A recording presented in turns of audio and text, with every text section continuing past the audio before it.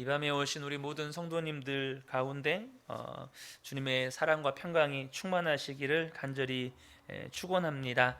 오늘 이 말씀을 통해서 계속해서 함께 주님 주신 은혜를 나누기를 원합니다. 우리가 지난주에 나누었던 이 아나니아와 이 삽비라 사건은 이제 온 교회와 또 사람들의 입을 통해서 많은 사람들에게 이렇게 퍼져 나갔습니다. 본문은 아나니아와 삽비라 사건 이후에 예루살렘에서 일어나고 있는 현상들을 기술해 가고 있습니다. 초대교회가 계속해서 이 사도들의 손을 통하여서 민간에 많은 표적과 또 기사가 일어나고 있었지요. 그로 인해서 가장 먼저 지금 일어나고 있다고 지금 기술하고 있는 내용이 12절입니다. 제가 읽겠습니다. 사도들의 손을 통하여 민간의 표적과 기사가 많이 일어나매 믿는 사람이 다 마음을 같이하여 솔로몬 행각에 모이고, 가장 먼저 교회 안에서 또 믿는 자들 안에서 일어난 일들이 뭐였냐면 마음을 같이하여 모였다는 것입니다. 그러니까 사도들을 통하여서 하나님의 역사들이 나타날 때, 하나님의 은혜의 일들이 나타날 때 교회 가운데서 일어나는 일은 믿는 자들이 마음을 같이하여서 모이기에 힘썼다라고 하는 것이죠. 믿는 사람들이 마음을 같이 하는 것, 그리고 교회가 정한 장소, 이렇게 꼭 교회가 정한 장소는 아닐지라도 이렇게 어떤 장소에 모이는 것은 교회 안에서 하나님이 역사하실 때 가장 두드러지게 나타나는 현상입니다. 믿는 자들이 마음을 같이 하는 것, 또 모이는 것. 주목하기 원하는 것은 이 마음을 같이 하여라는 부분입니다. 이 마음을 같이 하여라는 단어는 합성어입니다. 이 같이라는 단어와 이 또 마음이라는 단어가 이렇게 합성된 단어인데요. 이것은 일심으로 혹은 만장일치라는 뜻을 가지고 있습니다. 신약 성경에 이 마음을 같이 하여라는 단어가 총 12번이 나오는데요. 이 12번 중에 11번이 사도행전에 기록이 되어 있습니다. 그리고 로마서에 한 번이 이렇게 기록이 되어 있는데요. 그러면 이 주로 사도행전에서 기록하고 있는, 특별히 오순절 마가의 다락방에 성령이 임한 사건 이후에 하나님의 교회가 세워져 갈 때 마음을 같이 하는 일들이 교회 가운데서 지금 일어나고 있다는 것이잖아요. 그러면 초대교회 안에서 이 마음을 같이 하는 일들이 주로 언제 이렇게 마음을 같이 하는 일들이 일어났을까요? 몇 구절만 살펴보겠습니다. 대표적인 몇 구절만 볼 텐데요.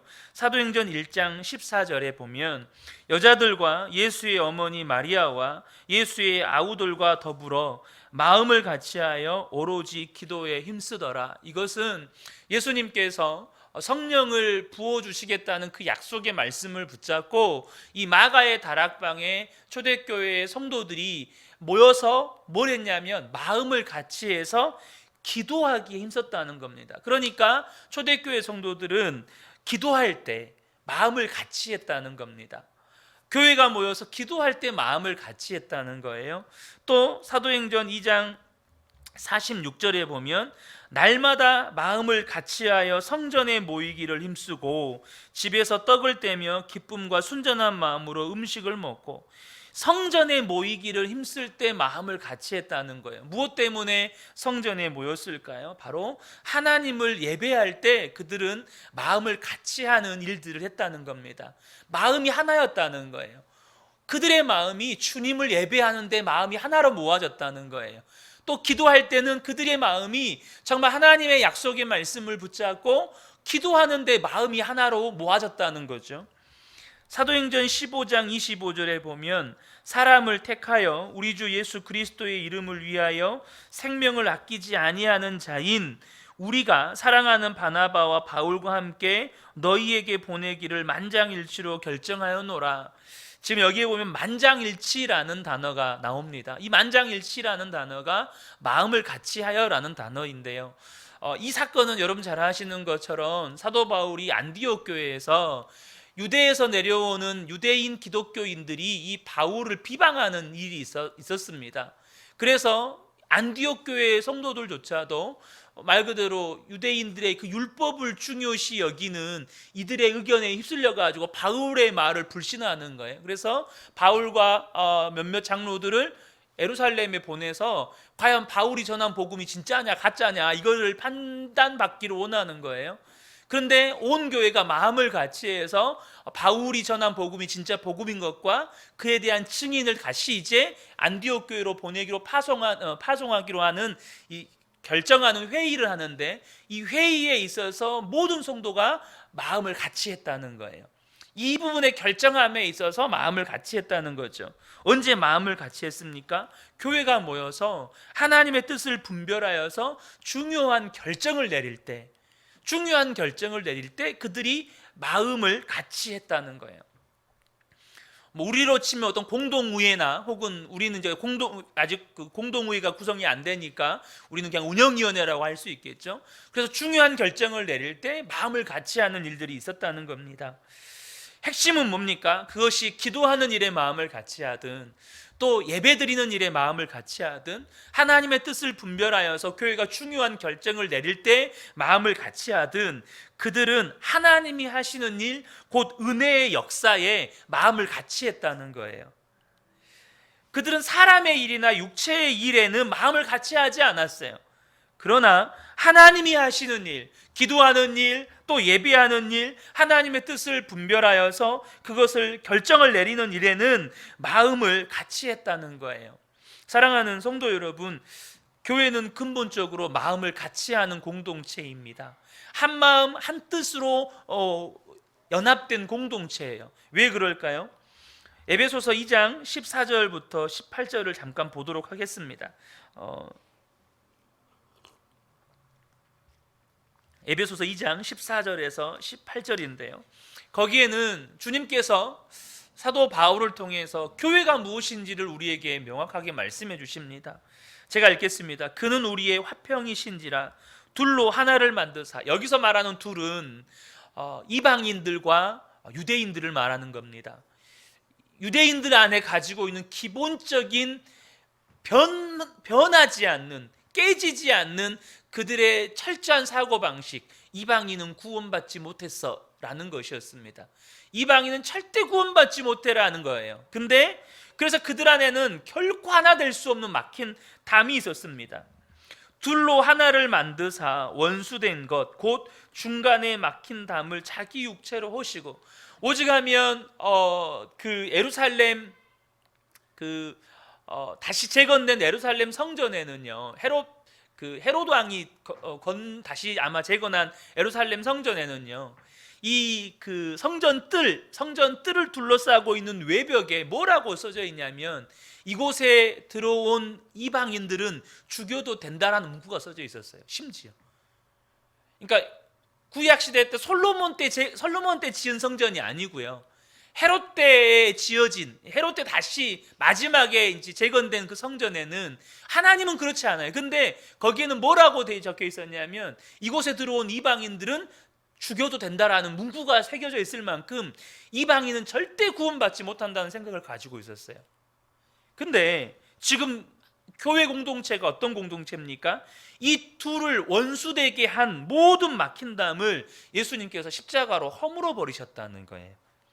법조문으로 된 계명의 율법을 폐하였으니 이는 둘로 자기 안에서 한 세 사람을 지어 화평하게 하시고, 또 십자가로 이 둘을 한 몸으로 하나님과 화목하게 하려 하심이라.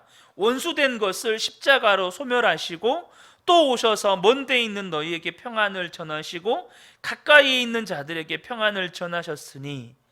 왜 교회라고 하는 이 공동체가 마음을 같이 하는 공동체입니까? 우리는 그리스도 안에서 서로 원수되게 하는 모든 담들이 십자가로 말미암아 소멸되었기 때문이에요. 그래서 여러분, 그리스도 안에서 사랑하지 못할 사람이 없어요. 그리스도 안에서 용서하지 못할 사람이 없고, 그리스도 안에서 한 몸 되지 못할 사람이 없다는 겁니다.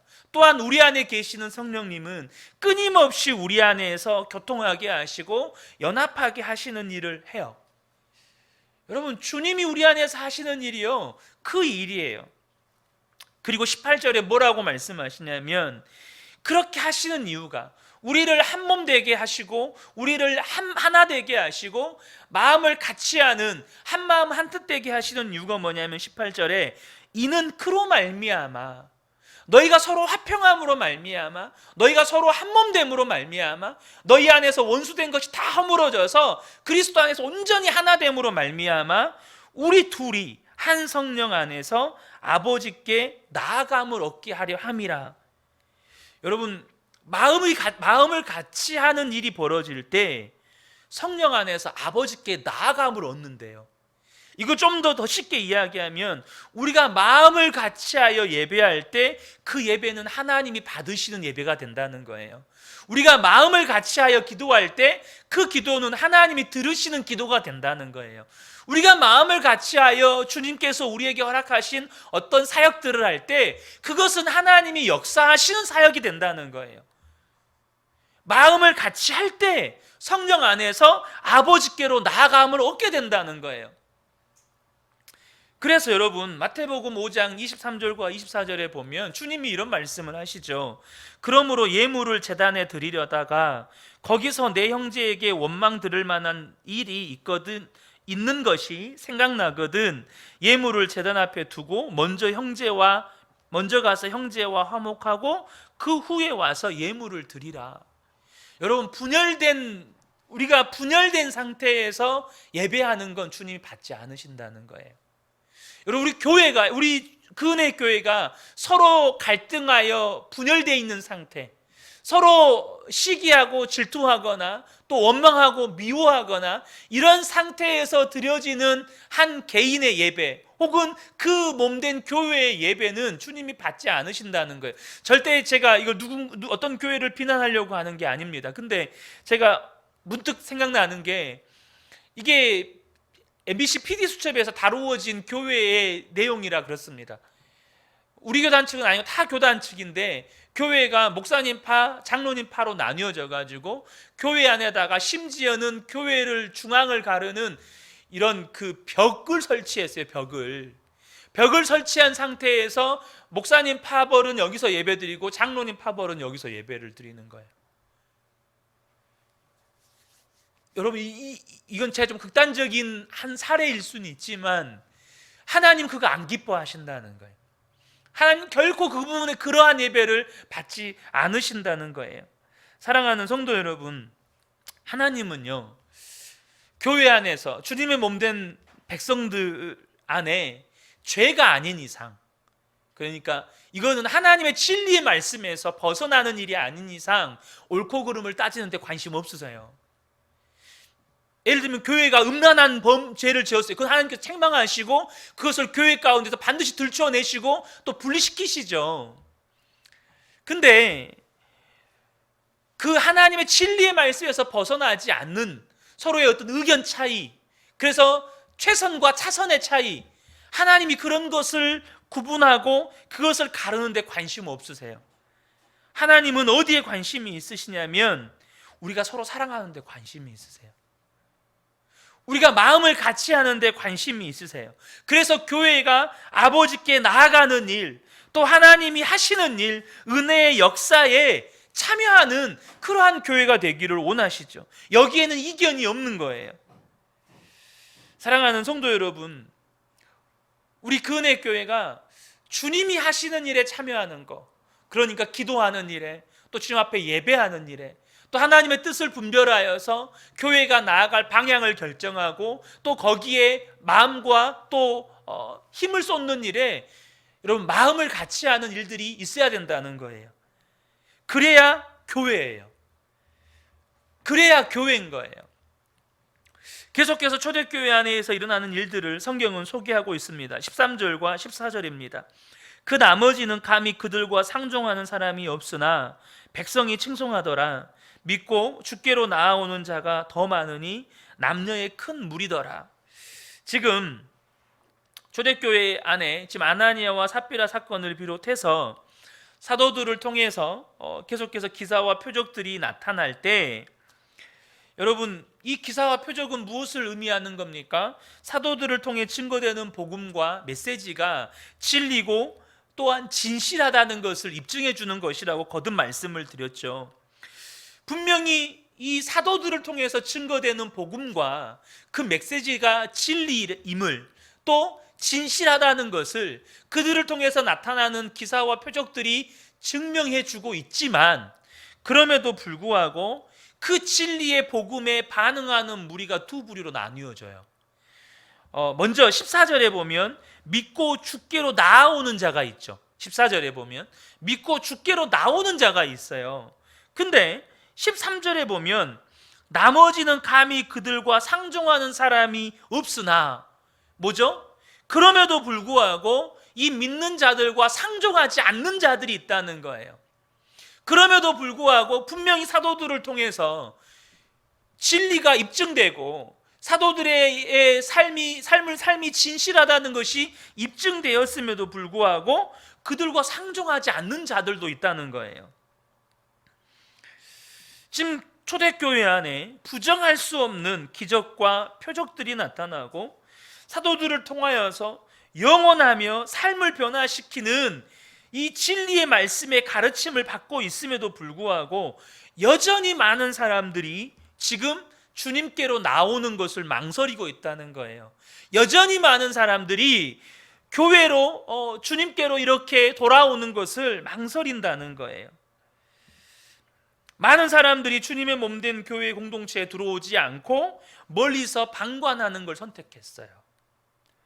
여러분, 에스겔 47장을 보면 여러분 잘 아시죠? 성전 문지방에서 흘러나오는 물로 비유된 이 하나님의 은혜가 흘러가는 곳마다 이렇게 되살아나는 역사가 이 에스겔 47장에 기록이 되어 있습니다. 그런데 그 47장을 자세히 보면 모든 것이 다 살아나는 것은 아닌 것을 우리에게 보여줘요. 47장 9절에서 11절을 보겠습니다.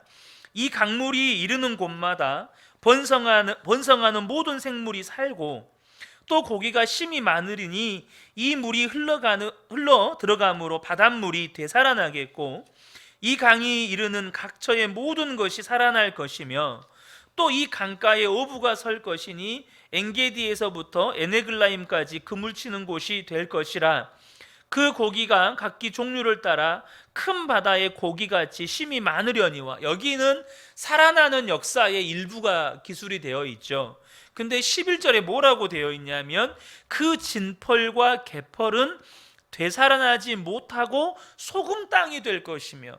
살아나는 역사가 쭉 기록되다가 11절에 뭐가 기록이 되어 있냐면 진펄과 갯벌은 되살아나지 못하고 소금 땅이 될 것이다 라고 기술이 되어 있습니다. 이것은 비유적인 표현인데요, 이 진펄과 갯벌은 이 사해, 염해라고도 하죠. 이 사해 주변에 있는 진흙 웅덩이들을 가리키는 겁니다. 우기가 되면 사해에 물이 이제 좀 더 불어서 그 주변에 이런 진흙 웅덩이 쪽으로 물이 이렇게 들어오죠. 근데 얼마 지나지 않아서 이제 우기가 끝나고 햇빛이 비치면 물이 증발하면서 그 웅덩이만 물이 고여 있고 그것이 점점 더 증발해 버리면 거기에 하얀 소금만 끼어 있게 되는 현상이 생기는 겁니다. 그러니까 그곳에서는 어떤 생명도 살아날 수 없는 상태가 돼 버리는 거예요. 그런데 이 생명의 역사가 흘러가는 곳에 분명히 되살아나는 역사도 있지만 그 생명의 역사를 경험하지 못하는 일부의 사람들도 있다는 거예요. 은혜가 흘러가지만 모든 사람이 그 은혜의 역사 속에서 살아나는 역사를 경험하는 건 아니라는 거예요. 여러분, 그 역사에 소외된 자들이 오늘 본문에 기록이 되어 있습니다. 물론 그들이 여전히 교회에 들어오지 않고 또 주님께로 돌아오지 않고 그렇게 방관자로 주저하게 만드는 데는 외적인 원인이 있죠. 무엇입니까? 유대 지도자들의 박해입니다. 가장 직접적으로는 이미 우리가 요한복음에서도 나눴지만 예수님의 도를 따르는 자들을 유대교회에서 출교해버리기로 이미 유대 지도자들은 결정을 한 상태고, 또 이미 이 앞서서 나누었지만 베드로와 요한이 공회에 끌려갔다 나오기도 하고 이런 현상들은 계속해서 일어나고 있었습니다. 그러나 성도 여러분, 그럼에도 불구하고 하나님의 은혜의 역사를 보고 진리의 말씀을 듣고도 은혜의 역사에 참여하지 않는 것, 또 주님의 몸된 공동체에 한 몸을 이루어 참여하지 않는 것, 이것은 인간 육체의 본성입니다. 비록 외적인 박해가 있을지라도 내가 그곳에 주님의 은혜의 현장으로 들어가지 않고 주님께로 나아오지 않고 교회 공동체에 참여하지 않고 방관자로 머무르는 건 육체의 본성을 따르는 거예요. 로마서 8장 5절에서 8절을 보면 육신을 따르는 자는 육신의 일을, 영을 따르는 자는 영의 일을 생각하나니 육신의 생각은 사망이요 영의 생각은 생명과 평안이니라. 육신의 생각은 하나님과 원수가 되나니 이는 하나님의 법에 굴복하지 아니할 뿐 아니라 할 수도 없음이라. 육신에 있는 자들은 하나님을 기쁘시게 할 수 없느니라. 여러분, 육신의 본성이 뭡니까? 육신의 본성은요, 하나님의 법에 굴복하지 않는 거예요. 육신의 본성은 하나님과 원수가 되는 거예요. 육신의 본성은 하나님이 기뻐하시는 일을 하지 않는 거예요. 비록 외부적인 박해가 있다 할지라도 여전히 은혜의 변두리에서, 아니 은혜 밖에서 관찰자로, 방관자로 머무르는 건 육체의 본능과 본성을 따르는 일이라는 거예요. 사랑하는 성도 여러분, 우리가 이 땅에서 하나님이 행하시는 역사에 참여하고 또 주님의 몸된 교회의 지체로서 참여하고 주님을 따르는 일은 때로는 어려운 일을 겪게 되기도 합니다. 또 중대한 책임을 져야 될 때도 있고 세상의 비난과 비판을 감수해야 될 때도 있습니다. 그러나 저와 여러분이 꼭 기억하셔야 돼요. 하나님이 행하시는 역사에 참여하는 것을 거부하는 것, 또 주님의 몸된 교회 공동체의 이 지체로, 주님의 몸의 지체로 참여하는 것을 거부하는 것, 주님의 인도하심을 받는 것을 거부하는 건 이 땅에 있는 어떤 말로도 표현할 수 없는 축복을 놓치는 거예요. 이 땅에 있는 어떤 복과도 비교할 수 없는 하늘의 복을 걷어차는 거예요. 여러분 동의하십니까? 여러분 정말로 중요한 게 있어요. 우리가 주님을 따르면 손해볼 일도 생기기도 하죠. 손해볼 일 생길 때 있어요. 우리가 주님이 하시는 일에 참여하면 때로는 사람들로부터 비난받기도 하고 사람들로부터 손가락질 당하기도 하죠. 그러나 우리가요, 그것을 포기해 버리는 건 이 땅에서 받을 수 있는 최고의 축복을 포기하는 거예요. 저는 우리 근혜교회 모든 성도님들이 하나님이 하시는 일에 방관자가 되지 않기를 축복합니다. 하나님의 역사에 구경꾼이 되지 않기를 축복합니다. 주님의 몸된 지체로 참여하는 것, 이것은 단지 주일 예배 드리는 것, 주일에 한 번 예배 드리는 썬데이 크리스찬 말하는 거 아니에요. 이것은 단순히 예배 한 번 드리고 말고를 말하는 게 아닙니다. 우리가 교회에 대해서 방관자가 되면 안 돼요. 이런 의미에서 성도는 적어도 두 가지 부분에서 반드시 헌신하셔야 돼요. 적어도 두 가지 부분에서 반드시 헌신하셔야 돼요. 첫 번째는 뭐냐면 은혜 받는 일에 헌신하셔야 돼요. 여러분 여기 동의하시죠? 성도는요 절대적으로, 이것은 다른 표현으로 하면 주님 앞에 나아가는 일에 헌신하셔야 돼요. 성도는 반드시 해야 될 헌신, 그것은 은혜 받는 일에 헌신하는 거예요. 물론 은혜 받는 일이 주님께 좋은 일입니까? 우리에게 복된 일이죠. 우리에게 좋은 일이죠. 여러분 우리가 은혜 받아서 주님이 좋을 일은 없어요. 그렇지 않습니까? 좋을 일이라는 표현 좀 그렇고, 우리가 은혜 받는다고 해서 주님께 뭔가 혜택이 돌아가고 주님께 뭔가 유익이 돌아가는 건 없어요. 그럼에도 불구하고 우리가 은혜 받는 일에 헌신하셔야 돼요. 다시 한번 에스겔 47장 1절부터 5절을 보도록 하겠습니다. 그가 나를 데리고 성전 문에 이르시니 성전의 앞면이 동쪽을 향하였는데 그 문지방 밑에서 물이 나와 동쪽으로 흐르다가 성전 오른쪽 제단 남쪽으로 흘러내리더라. 그가 또 나를 데리고 북문으로 나가서 바깥길로 꺾여 동쪽을 향한 바깥문에 이르시기로 본즉 물이 그 오른쪽에서 스며 나오더라. 이제 하나님의 은혜가 이렇게 스며 나오는 겁니다. 그 사람이 손에 줄을 잡고 동쪽으로 나아가며 천척을 측량한 후에 내게 물을 건너게 하시니 물이 발목에 오르더니 다시 천척을 측량하고 내게 물을 건너게 하시니 물이 무릎에 오르고 다시 천척을 측량하고 내게 물을 건너게 하시니 물이 허리에 오르고 다시 천척을 측량하시니 물이 내가 건너지 못할 강이 된지라.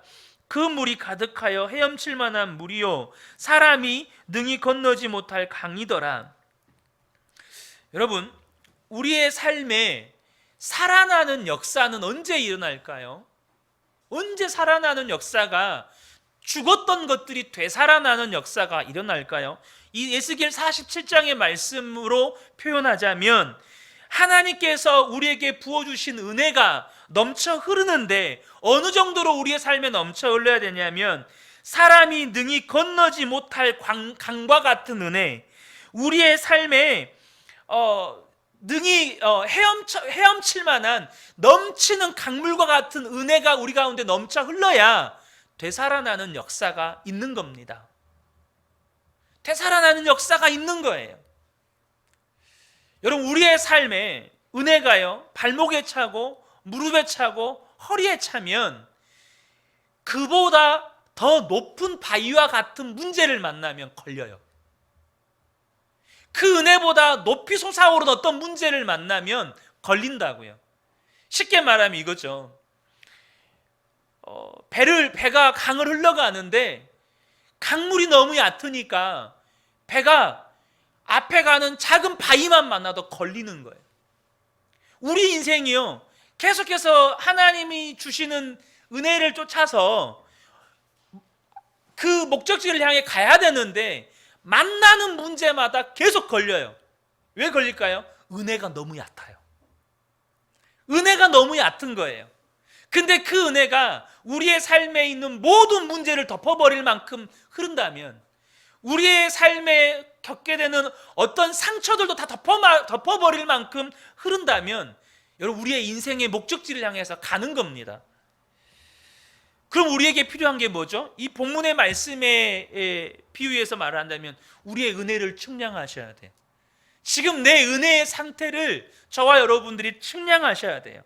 내 현재의 영적 상태가 발목 상태인지 무릎 상태인지 허리 상태인지, 적어도 능히 건너지 못할 만큼의 상태가 아니라면 우리는 은혜 받는 일에 헌신하셔야 돼요. 성도들이 반드시 해야 할 헌신이 있다면 그것은 은혜 받는 일에 헌신하는 거예요. 제가 다른 교단 교회입니다. 교회 이름을 직접적으로 밝히진 않겠지만 제가 청년 때에 사역했던 교회에서 그 교회 목사님 사모님이 이제 부목사님 사모님 한 분이 서울에 있는 큰 교회에서 청년 때를 보냈던 사모님이셨어요. 근데 이분은 꽤나 잘 나가는 전문 직종 종사자였어요. 그 유명 화장품 회사에서 이 메이크업을 가르치는, 굉장히 좀 약간 그 전문 인력이죠. 굉장히 고급 인력이죠. 그것도 큰 화장품 회사에서 이 메이크업을 직접적으로 가르치는 이런 어떤 유행의 선두를 이끌어가는. 근데 이분이 그 교회 다니면서 철야하고 출근하고 그래서 오히려 회사에서 잠깐 짜투리 시간 되면 어디 가서 잠깐 자고.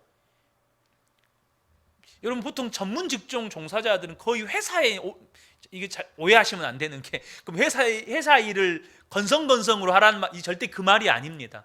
근데 그분이 하는 이야기가 뭐였냐면 그렇게 은혜 받는 일을 위해서 주님 앞에 나아왔다는 거예요.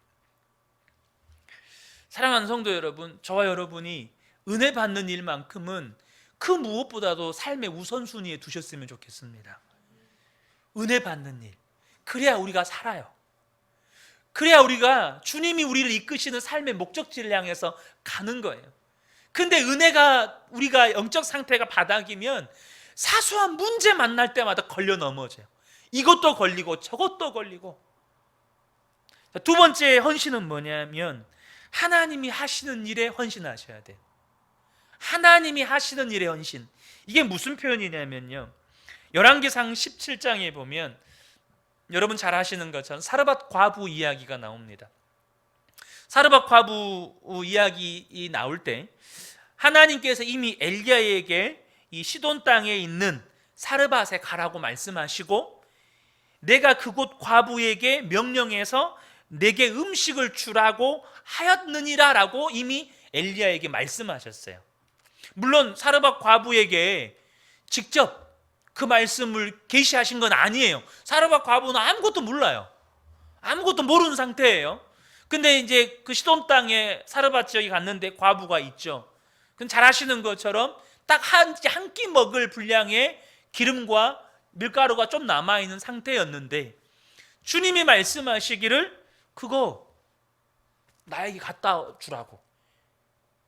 그러니까 지금 사르밧 과부에게 말하는 건 지금 엘리야 선지자예요. 근데 놀랍게도 이 사르밧 과부가 엘리야의 말대로 합니다. 엘리야의 말에 순종해요. 그리고 잘 아시는 것처럼 무슨 일을 경험합니까? 가뭄이 끝날 때까지 기름과 가루가 떨어지지 아니하게 하시는 하나님의 구원을 경험하죠. 이 이후에 바로 뒤에 어떤 또 사건이 기록되냐면 이 과부의 아들이 죽은 사건이 나와요. 근데 또 하나님께서 엘리야를 통해서 이 아들을 살려주십니다. 자, 여기서 말하고자 하는 건 뭐냐면 하나님이 하시는 일에 헌신하라는 말은 뭔 말이냐면 말씀에 순종하는 일에 헌신하라는 거예요. 하나님의 말씀에 순종하는 일에 헌신해야 된다는 거예요. 하나님이요, 저와 여러분에게 없는 것을 구해서 가져다 바치라고 하시지 않아요. 하나님은 이미 우리에게 주신 것, 이미 우리에게 있는 것을 하나님께 드리라고 말씀하시죠. 우리의 연약한 믿음은요, 지금 그거 주님께 드려버리면, 지금 그거 주님의 뜻을 따라 사용해버리면 망할 것 같고 내 인생 끝날 것 같은 생각도 들기도 합니다. 그러나 하나님은 한 번도 하나님이 하시는 일에 헌신하는 자들, 말씀에 순종하는 자들을 그냥 망하도록 내버려 두신 적은 없어요. 물론 순종해가지고 하나님 바로 천국에 불러가시는 경우도 있죠. 그러나 그 인생이 망하는 것으로 끝나게 하신 적은 없어요. 하나님은 하나님의 일에 헌신하는 자들을 반드시 구원하십니다. 사랑하는 성도 여러분, 우리가 두 가지 부분에서는 반드시 헌신하셔야 돼요. 뭐죠? 은혜 받는 일. 그건 나를 위해서 헌신하는 거예요. 그리고 하나님이 하시는 일에 헌신하는 거, 말씀에 순종하는 일에 헌신하는, 이것도 사실은 나를 위해서 헌신하는 거예요. 자, 계속해서 마지막으로 15절과 16절에 일어나는 역사들을 보겠습니다.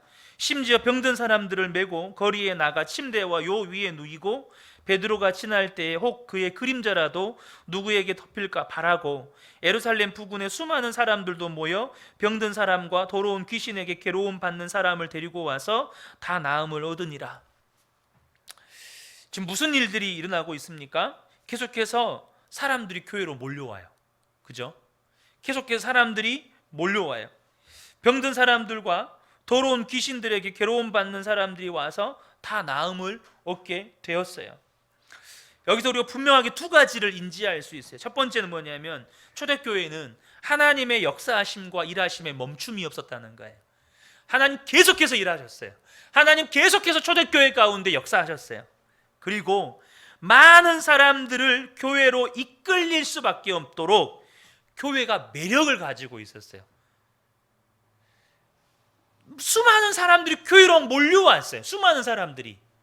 물론 지금 2000년 전에 초대교회가 가지고 있는 대표적인 교회의 매력은 뭐였냐면 치료하심의 역사였어요. 하나님의 치료하심의 역사였어요. 그랬던 이유는 저도 이제 이걸 좀 잠깐 좀 찾아봤는데 로마 시대 때 이쪽 지역, 이 로마를 중심으로 한 이쪽 지역에 인간의 평균 수명이 당시에 22살이었대요. 인간의 평균 수명이. 태어나서 죽는 데까지 22살. 물론 근데 가장 22살, 그러니까 태어나서 죽는 데까지 평균적으로 22년 걸린다는 거예요. 그러니까 물론 그 시대 때는 기본적으로 의학 수준이 매우 떨어졌죠. 그러니까 뭐 의학적인 이런 수준이 너무 떨어졌기 때문에 뭐 감염병들을 예방할 수 있는 그런 체계도 없었을 뿐더러 뭐 비위생적인 것들, 또 치료법들도 없었고, 그러니까 육체의 질병이나 전염병이나 부상과 장애에 또 나아가서 악한 영의 역사에, 왜냐하면 이제 막 복음이 시작되었기 때문에 여전히 세상은 어둠에 덮여 있었어요. 제가 어제 임성교사님 잠깐 뵀는데 임성교사님 섬기는 교회에도 귀신 들린 사람들이 자주 온대요. 어둠의 영이 덮여 있는 곳에서 나타나는 대표적인 현상 가운데 하나는 귀신 들린 사람들이 많다는 거예요. 어쨌든 그런 상황들, 또 로마는 계속해서 정복 전쟁을 하는 나라였잖아요. 그러니까 전쟁으로 인해서 또 죽은 사람들. 그러니까 제가 이집트에 갔을 때 고대 이집트 평균 수명을 40살로 들었거든요. 근데 여기는 제가 자료를 찾아보니까 평균 수명이 22살이었다는 거예요. 그러니까 사람들이 태어나면 20년 전으로 해도 다 죽는 거예요. 당연히 그때에는 하나님의 구원하심의 역사가 그런 육체적인 질병과 귀신 들린 사람들을 치료하심의 역사들로 나타났어요. 그들의 필요가 교회를 통해서 공급받는 거예요. 그들의 간절한 외침이 교회를 통해서 공급받는 거예요. 제발 누가 내 병 좀 고쳐줬으면, 제발 내가 걸었으면, 제발 내가 보았으면, 제발 내가 이 귀신으로부터 자유하게 되었으면, 이 모든 것이 교회로부터 체험받는 거예요. 물론 현대의 의학으로도 여러분 어찌할 수 없는 질병들이 있어요. 그래서 이 시대에도 여전히 우리에게는 하나님의 치료하심의 은혜가 필요합니다. 그럼에도 불구하고 여러분 이 시대에는 이 시대의 세상 사람들을 주님께로 이끄는 교회의 매력, 성도의 매력은 뭘까요? 이 시대에 물론 이것은 2000년 전이나 지금이나 사실 바뀌는 게 아닙니다. 2000년 전에 안디옥 교회에서 처음으로 성도들이 그리스도인이라는 거 불려지기 시작합니다. 왜 그런지 아십니까?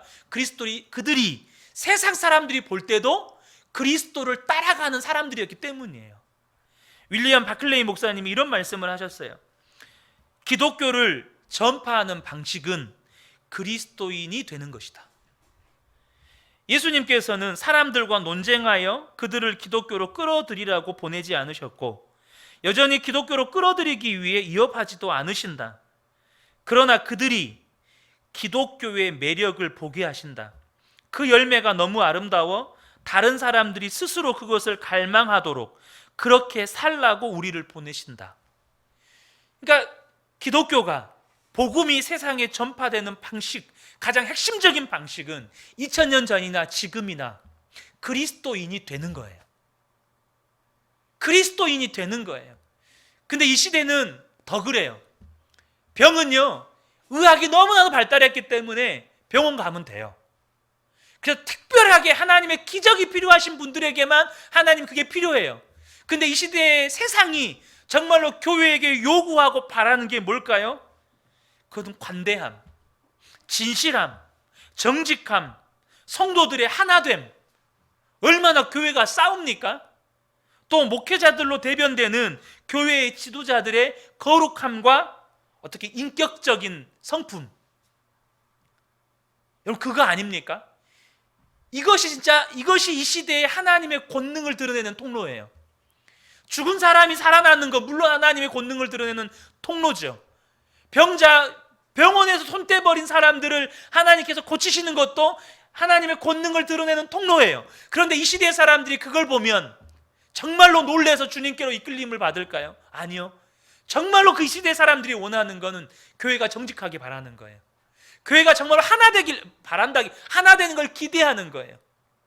거룩하기를 기대하는 거예요. 목회자들이, 지도자들이 정말로 거룩하고 예수님 닮은 인격을 갖기를 기대하는 거예요. 이것이 이 시대의 사람들로 하여금, 세상 사람들로 하여금 교회에 대해서 또 성도들에 대해서 매력을 느끼게 하고 주님께로 이끌게 하는 것입니다. 저는 우리 그은혜 교회가 매력이 있는 교회가 되었으면 좋겠습니다. 세상 사람들에게 정말 매력을 느끼게 하는 교회가 되었으면 좋겠어요. 그런데 그것의 핵심은 뭐냐면 우리가 그리스도인이 되는 거예요. 그리스도인이 되는 것. 저는 우리 근혜교회 모든 성도님들이요, 정말 오늘 이 말씀을 쫓아서 다시 한번 우리의 삶을 돌아보고 또 주님 앞에 나아갈 또 기도 제목들을 발견하고 또 이 밤에 구하는 시간이 되었으면 좋겠습니다. 우리 이 시간에 함께 기도하기를 원합니다.